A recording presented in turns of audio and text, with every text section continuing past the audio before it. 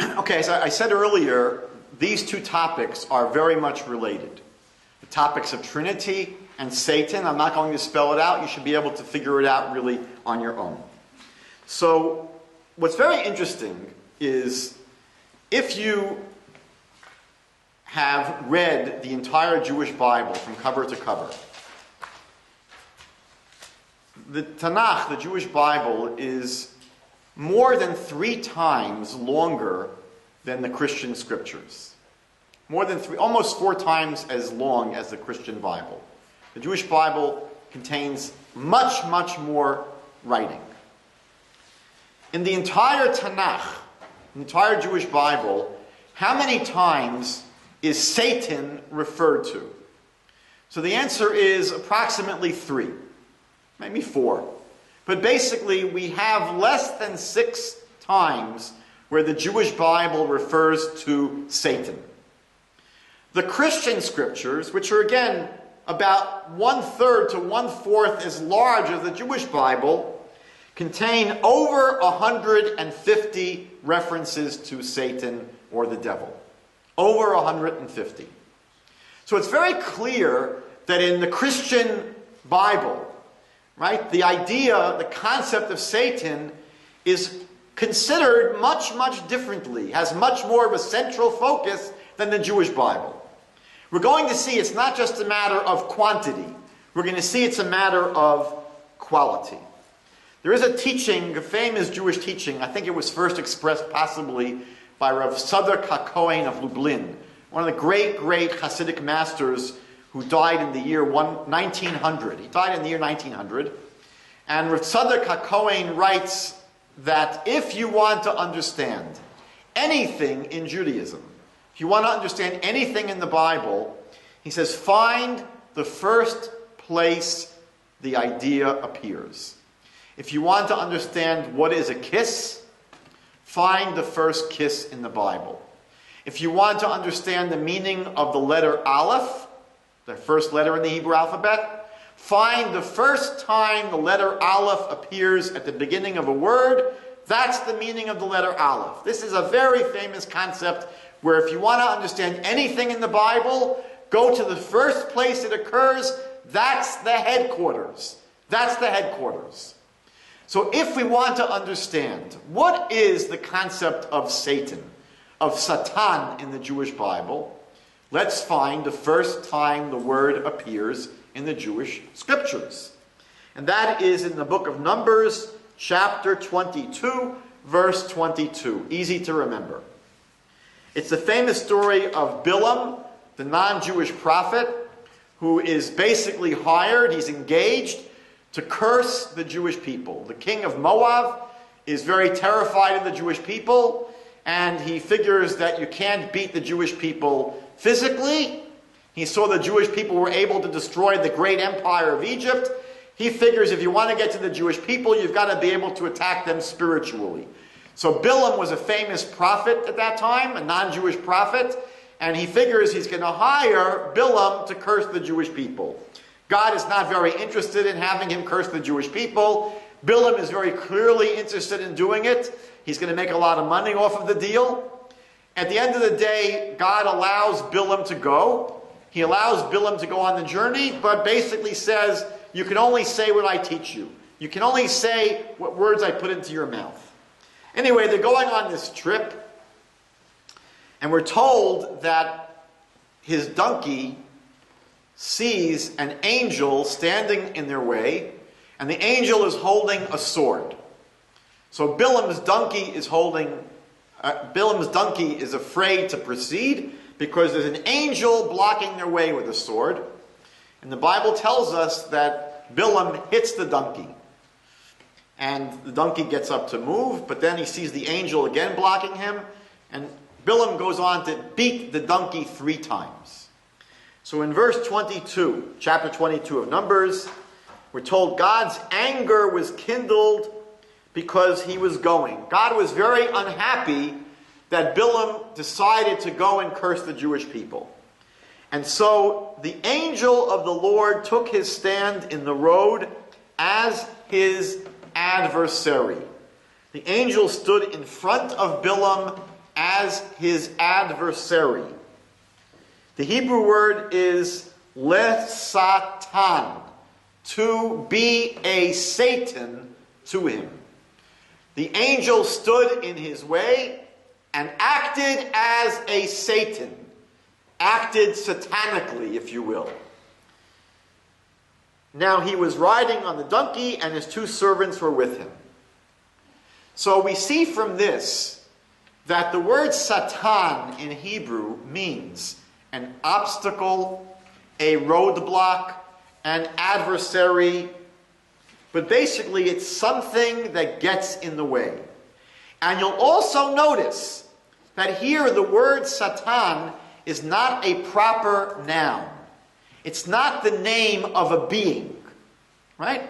It's not the name of a being. It's saying that this angel stood as a obstacle, as a Satan. Not that the angel's name was Satan. What we're going to see is that usually, when this word appears in the scriptures, it is not a proper noun. It's used in this way as describing the action of someone. For example, in 1 Kings chapter 11, we're told that God stirred up a Satan, an adversary, against King Solomon.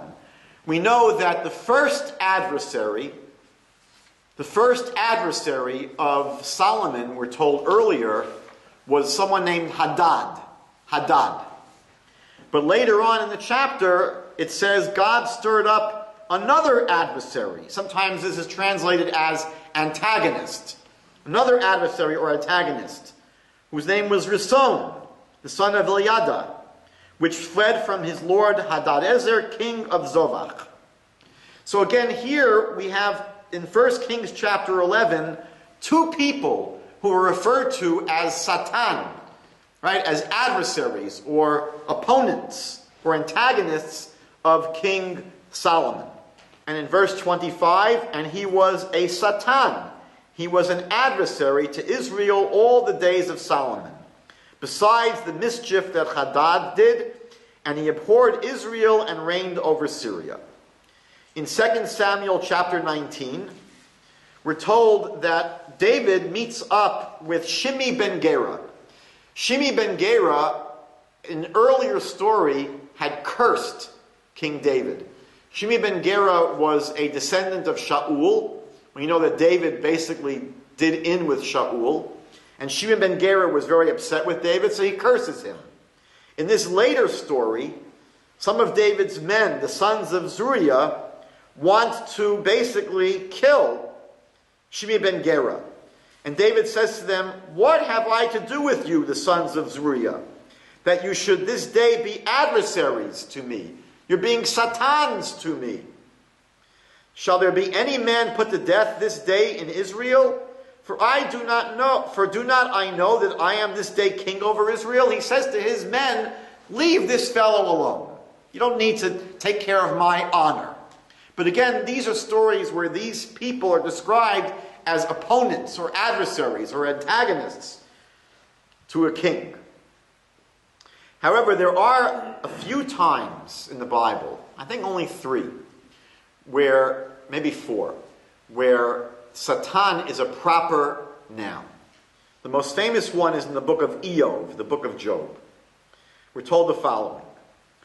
One day, Job chapter 1 verse 6, one day the heavenly beings are the angels. So one day the heavenly beings came to present themselves before the Lord, and Satan also came among them. So there is a being called Satan, and he's one of the angels. So all these angels came to present themselves before God, and one of these angels was Satan. And the Lord said to Satan, God said to Satan, "Where have you come from?" Satan answered the Lord, "From going to and fro on the earth, and from walking up and down on the earth." And God said to Satan, "Have you considered my servant Job? Have you ever thought about my servant Eov? There's no one like him on the earth, a blameless and upright man who fears God and turns away from evil. Right? I have a great servant in this Eov."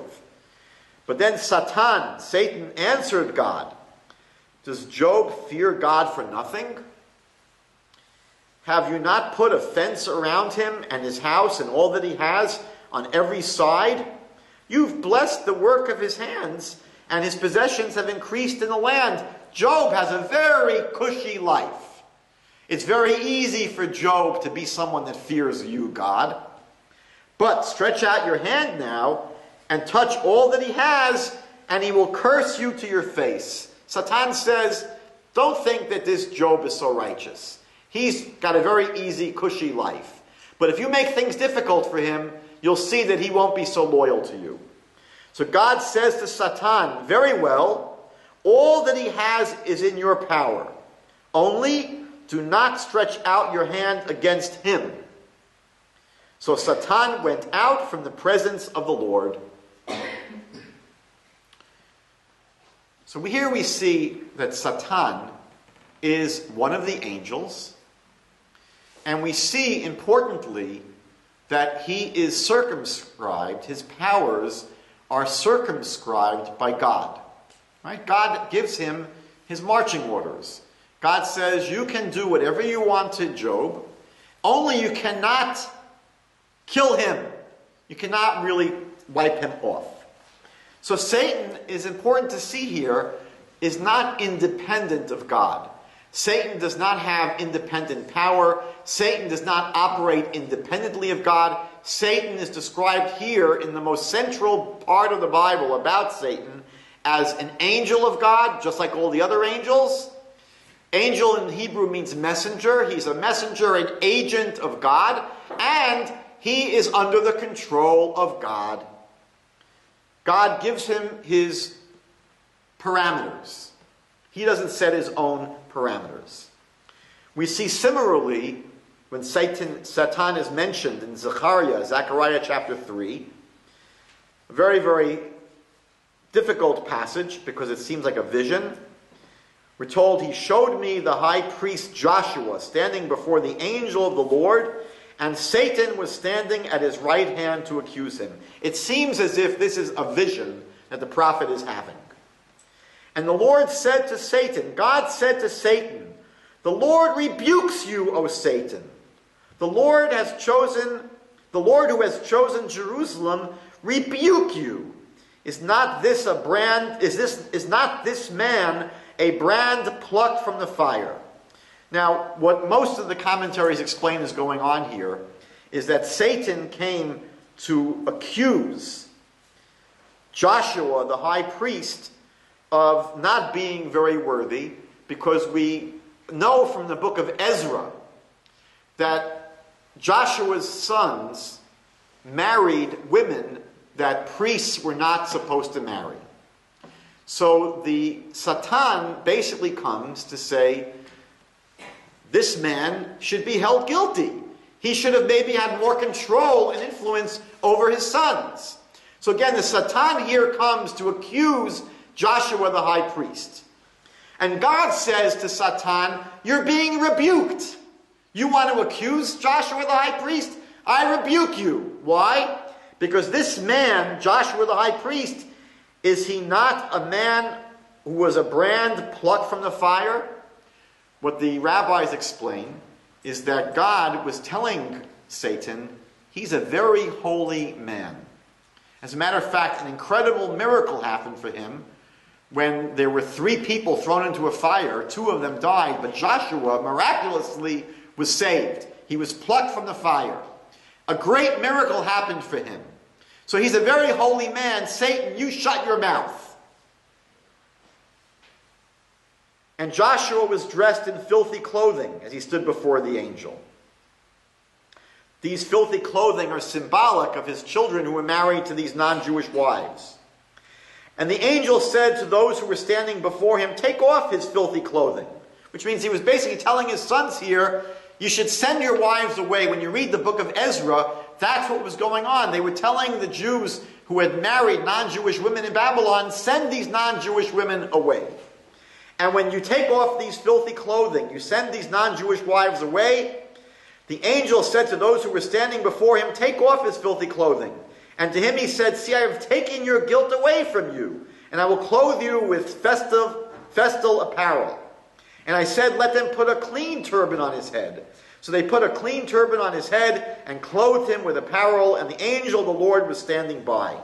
Again, the story itself is not important for us. What we see here that's important is that Satan is being rebuked. Satan is essentially under the jurisdiction of God. Two more passages. On the top of the next page, we see two passages that seem to contradict each other. In 2 Samuel chapter 24, it says, the anger of the Lord was kindled against Israel, and he incited David, he stirred up David against them, saying, go count the people of Israel and Judah. Now the rabbis teach us that the reason that God was angry with David here is because in David's last confrontation with Saul, David said that Saul had been incited by God to start up against David. So God says to David here, you're accusing me of being an inciter? I'm going to now incite you in a way that even a third grader knows not to do the sin that you're going to be tempted to do. So here in 2 Samuel 24 verse 1, God is angry with David and he incites David to count the Jewish people. Why is that a problem? Because we know from the Bible that you're not supposed to count the Jewish people. You're not supposed to number them, count heads. And when the Jewish people did have their heads counted, they had to bring special offerings to atone for that. So we're not going to go into the reasons why it's problematic to count people, but the Bible, in the 5 books of Moses, already tells us we don't count Jews. As the line says, we make Jews count, but we don't count Jews. And if you're going to count them, it's done indirectly. So in the Bible, we're told that each Jew gives a half of a shekel, and you can count the Jews by counting the money they contribute, but you don't go 1, 2, 3, 4, 5, 6 to the Jews. So God incited, basically what it's saying here is that God planted a thought into the head of David. He didn't force David's hand. David wasn't forced to do the wrong thing, but God basically puts a thought into his head and tempts David. So the king said to Joab and the commanders of the army who were with him, go through all the tribes of Israel from the Dan to Beersheba and take a census of the people so I may know how many there are. David goes ahead and does the wrong thing. He counts the Jewish people. However, when the same story is told in the book of Chronicles, Divrei Hayamim 1, 1 Chronicles 21, it doesn't say that God incited David. It says Satan stood up against Israel and incited David to count the people of Israel. Well, how do you reconcile this? In one book it says that God tempted David, and in another book it says that Satan tempted David. How do you reconcile this? It seems like a blatant contradiction. So, the simple resolution is that God tempted David through the agency of Satan. The angel Satan, his job, the word means opponent, obstacle, adversary. So the job of the Satan is to tempt people, to get in their way, to be a bar to their spiritual progress. And so God operates through his angel. And as I said before, when God's angel operates, it's described as God himself operating. The angel represents God. The angel works on behalf of God. So God is really controlling everything, but the agent that takes care of the job is the Satan here. So again, we see that Satan is not independent of God. The Satan here is working as an agent of God. A very important passage in Isaiah chapter 45. The prophet says, I, God is speaking, I form the light and create darkness. I make light and darkness. I make peace and create evil. God is saying here that I make the good stuff and the bad stuff. I make peace and I create evil. There isn't another force that does evil things. You know, there's a religion, we have them in Toronto, Zoroastrians. Zoroastrians are bothered. It's a very famous philosophical problem. Why is there evil in the world? If there's a good God, and God is good, how could there be evil in the world? So the dualists, the Zoroastrians, said it's very easy. There are two forces. There's a God of light and a God of darkness. When good things happen, that's the God of light that's basically in charge. And when evil things happen, that's the God of darkness that's winning the battle. But there are many religions that see the world as divided between the forces of light and the forces of darkness. And the Jewish Bible's main teaching is Adonai Echad. There's only one force that controls the world. God is responsible for everything. Everything that happens in this world is under the control of God. So God here takes credit for all the good and all the bad. There isn't a separate force and a separate power that does anything. In the Encyclopedia Judaica, he makes the point. He, Satan, is clearly subordinate to God. A member of his suite, one of the Bnei Elohim, one of the angels, who is unable to act without his, God's permission. Nowhere is he in any sense a rival of God. We're going to see that in Christianity, Satan is not seen as part of God's team. In Christianity, Satan is not seen as part of God's team. Satan is seen as the leader of an opposing team. The Christian model is basically a dualistic model. The Christian worldview sees a world where there's basically a struggle between God and the forces of evil which are under the authority of Satan. This is a very, very critical distinction. And it's the reason I told you before that the lecture on the Trinity is very similar to the lecture on Satan. Because both are dealing with the question of, is there only one force that controls the world? Or are there multiple forces? So again, the Jewish concept, as I showed you in the scriptures, is that Satan is one of God's angels. Satan works for God. Satan is a member of God's team.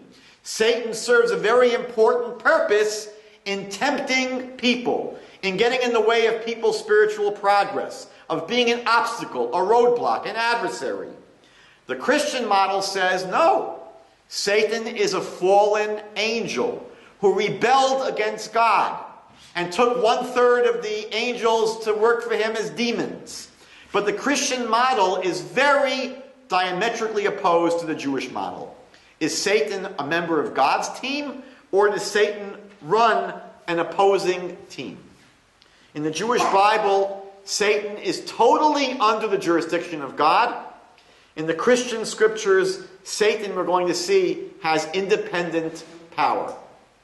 Now, let me just, for a few minutes, share with you what the rabbis teach about Satan. In the beginning of Genesis, after each day of creation, the Bible says that God saw that it was good. After each day, God saw that it was good. After all of creation, the Bible says God saw that it was very good. Very good. What does very good refer to? And the rabbis say very good, that refers to the Yetzer Hara, the evil inclination. And the rabbis teach the evil inclination is Satan. So the rabbis are basically teaching us that Satan is very good. That from a biblical and a rabbinic point of view, Satan is actually one of the greatest blessings that God ever gave us as human beings. When a Christian hears that, they cringe. Satan is a great blessing? They can't imagine that.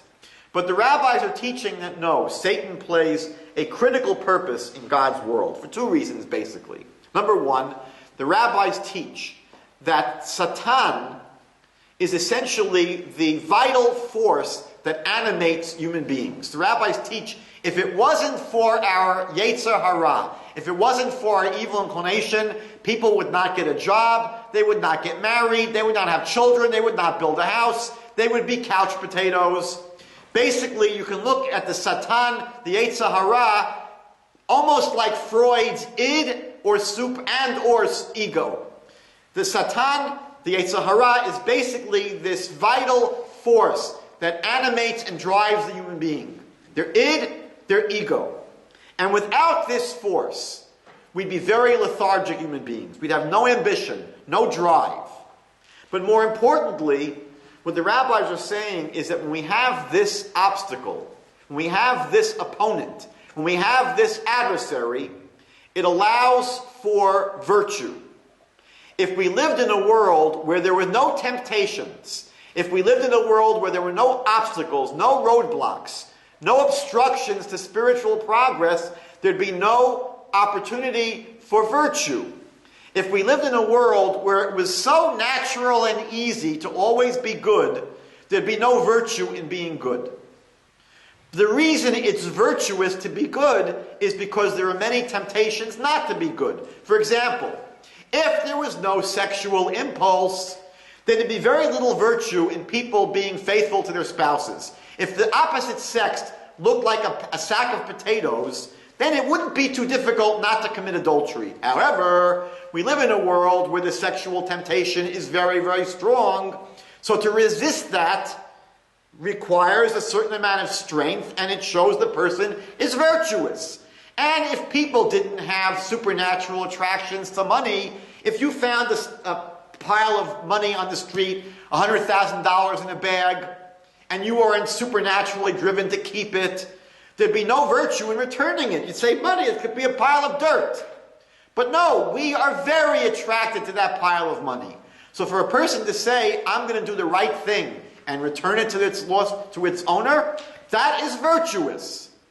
And the reason this is so important, and again, I'm covering a lot of ground philosophically in 2 sentences, but both Christianity and Judaism say, both of our religions say, that the goal of human beings is to be in heaven. We call it in the Jewish faith, Olam Haba, the world to come. Because basically we're only on this world for 120 years max. We're on this world for a very short period of time.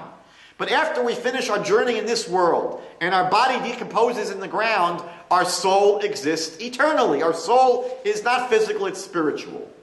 So the end point of human existence for both Jews and Christians is the world to come, is bliss, is heaven. Big question. If the whole purpose for human beings is to be in heaven, why didn't God just stick us there?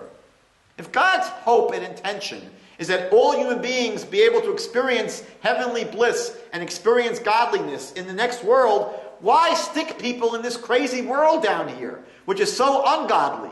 Why not just put people automatically in heaven? And the Kabbalists teach a concept called Nahama Dechisufa, the bread of shame. That if you give people a free gift that they didn't work for, that they didn't earn, they don't value it. As a matter of fact, they're embarrassed by it because they had to be receiving a handout. It's almost as if you are so pathetic and you're such a loser, you couldn't get it unless I gave it to you as charity. So the Torah says that God wanted us to live in a world where we have to work and earn our virtue. We have to work to earn our place in the world to come. We don't get it as a free gift. Christianity says it comes as a free gift. Judaism says no, it's not a free gift. You're put in this world, the book of Job says, Adam la'amol yulad. People were born to toil. And the toil that it's talking about is not just going to work for 8 hours a day. It's the toil of overcoming temptations, overcoming our natural resistance to spirituality.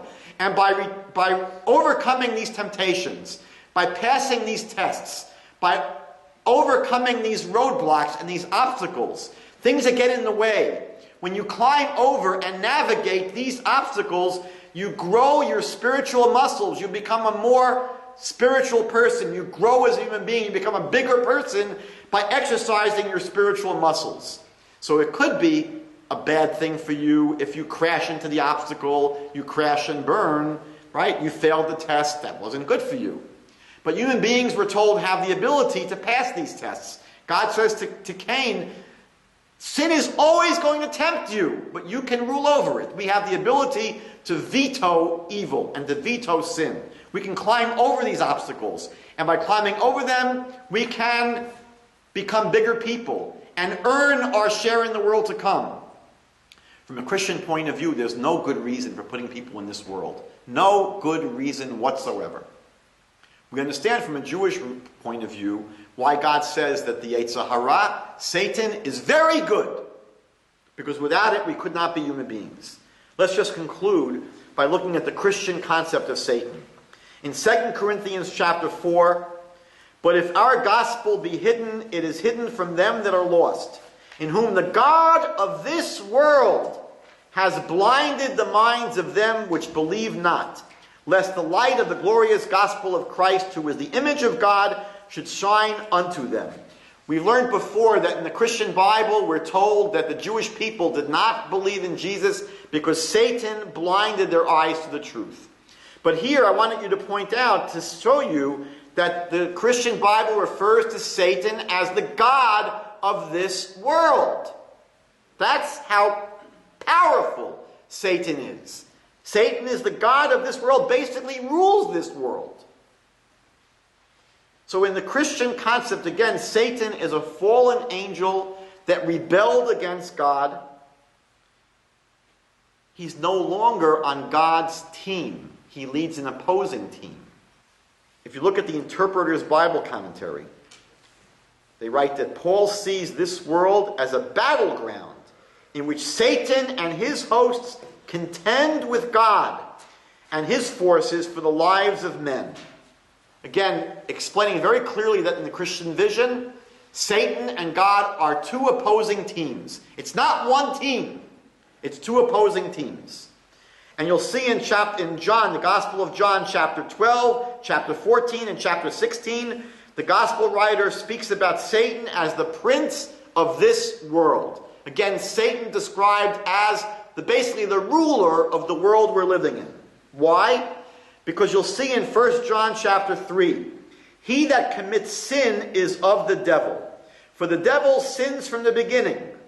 Now again, the idea that the devil sins, Satan sins from a Jewish point of view is absurd. In a Jewish concept, Satan is an angel. Angels don't have free will. Angels can't sin against God. But the Christian model has the devil, Satan, sinning against God, rebelling against God. So 1 John chapter 3 says that anyone that sins because of the devil, who is the ruler of this world. Because the devil sins from the beginning. For this purpose the Son of God, this is the Christian Bible saying, for this purpose Jesus was manifested. For what purpose? That he might destroy the works of the devil. From a Christian point of view, without Jesus, the devil is going to rule the world. Now, what's sad, it's sort of weird, is that even with Jesus, we know that the devil was not destroyed. Even though it says Jesus came to destroy the works of the devil, we see that the devil is still very robust, even 2,000 years after Jesus. As a matter of fact, even in the Christian Bible, there are stories where Paul says, for example, "I tried to go somewhere, but I couldn't get there because the devil, Satan, stopped me." So even in the times of Jesus, he didn't defeat the devil whatsoever. That's, again, another thing that the Christian world puts off until the second coming. Because, again, Jesus didn't accomplish much in this world. Ephesians chapter 6, verse 11, "Put on the whole armor of God, that you may be able to stand against the wiles of the devil. For we wrestle not against flesh and blood, but against principalities, against the powers, against the rulers of the darkness of this world, against spiritual wickedness in high places." Again, it's saying that God is not the ruler of the world. There are dark forces that rule the world. 2 Timothy chapter 2, verse 26, "And they may recover themselves out of the snare of the devil, who are taken captive by him at his will." It's the will of the devil. The devil operates according to his own will, not according to the will of God. So again, a very critical distinction. From a Christian point of view, Satan has his own will. He's not subservient to God. He runs his own team. And again, what's interesting and important is that there's not one passage in the Christian Bible, not one passage, which shows that the devil, Satan, is subservient to God. Not one passage in the New Testament showing that the devil is subservient to God. John chapter 8, verse 44, one of the most problematic verses in the Christian Bible, where the Jews are accused of being of their father, the devil. "And the lusts of your father you do. He was a murderer from the beginning." The devil was a no goodnik from the beginning, and abode not in the truth, because there's no truth in him. When he speaks a lie, he speaks of his own. Again, the Christian Bible saying that the devil, Satan, operates according to his own agenda. He's independent from God. He's not working on God's team. And Acts 26 finally, but arise and stand upon your feet, for I have appeared to you for this purpose, to make you a minister and a witness both of these things which you have seen and of those things which I will appear to you, delivering you from the people and from the Gentiles, unto whom now I send you. This is speaking to Paul, by the way. To do what? To open their eyes and to turn them from darkness to light and from the power of Satan unto God. These are two opposing forces. There's the power of Satan and the power of God. And they may receive forgiveness of sins and inheritance among them which are sanctified by faith that is in me. Again, Satan is contrasted here with God as being the leader, the manager of an opposing team, not working and being part of God's team.